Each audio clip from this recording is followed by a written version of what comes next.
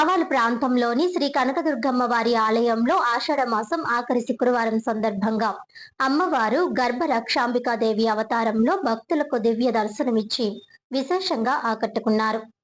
రాజమహేంద్రవరం ఆవాలు ప్రాంతంలో శ్రీ కనకదుర్గమ్మ అమ్మవారి ఆలయంలో ఆషాఢ మాసం ఆఖరి శుక్రవారం సందర్భంగా ప్రత్యేక పూజా కార్యక్రమాలు భక్తి శ్రద్ధలతో ఘనంగా నిర్వహించారు.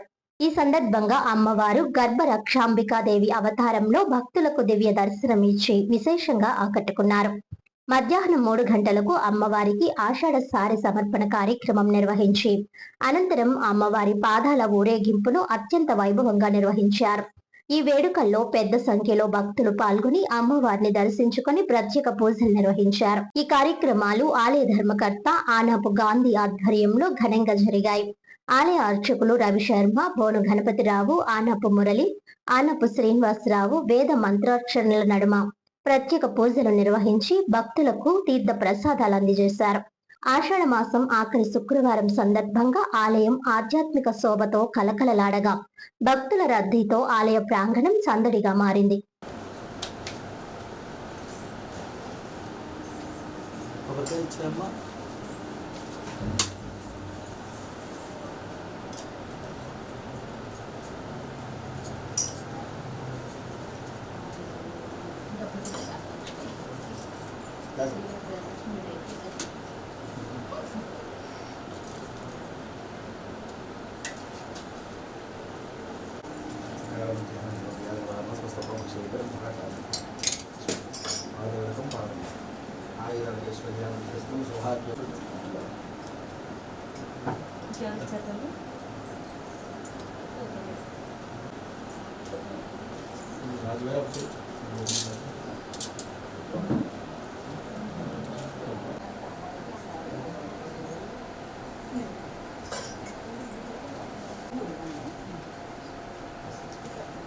Nice.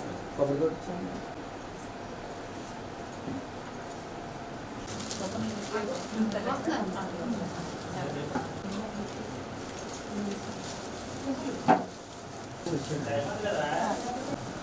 सुमंगलीर्यमधर्वाकं सौभाग्या सत्त्वायां ब्रह्मण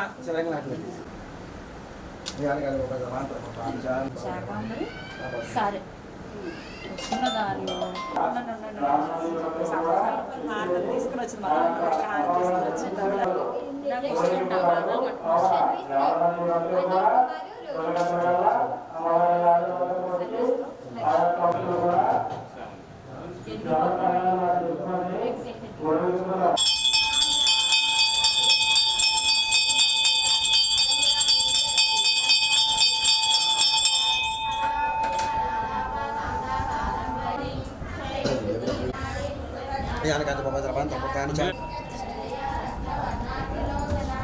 గోదాదేవి అవతరించింది కూడా ప్రత్యేకించి ఈ ఆషాఢ మాసం.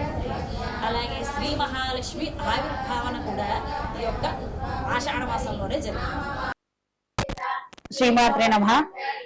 ఈ రోజు విశేషంగా మన ఆవరోడ్లో ఉన్న శ్రీ కనకదుర్గాదేవి ఆలయంలో అమ్మవారిని ఈ రోజు గర్భ రక్షాంబికాదేవి అలంకరణలో అమ్మవారు దర్శనమిస్తున్నారండి.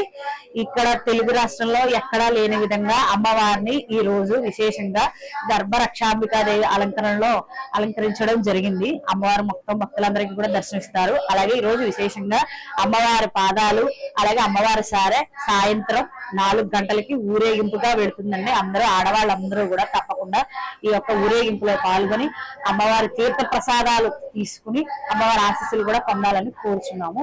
విశేషంగా అమ్మవారు ఈ యొక్క అమ్మవారు వచ్చి గర్భరక్షాంబికాదేవి అంటే గర్భం దాల్చిన వారు అలాగే గర్భంలో ఉన్న శిశువుని కూడా కాపాడే రక్షించే తల్లి అన్నమాట. ఈ అమ్మవారిని మొక్కినట్టయితే సంతానం లేని వారికి అతి శీఘ్రంగా సంతాన యోగము అలాగే కడుపులో ఉన్న వారికి క్షేమంగా ఎటువంటి సమస్యలు లేకుండా చక్కగా సుఖప్రసవం జరగడము అలాగే చాలా మంది సంతానం కలిగినా కూడా ఇప్పుడు గర్భాశయ దోషాలతోటి సమస్యలతోటి చాలా మంది బాధపడుతున్నారు మహిళలందరూ కూడా. ఆ యొక్క సమస్యల నుంచి అమ్మవారు తీరుస్తారనమాట. ఈ అమ్మవారు స్వయంగా పార్వతీదేవి యొక్క మూల స్వరూపం గర్భరక్షాంబికా దేవమ్మ.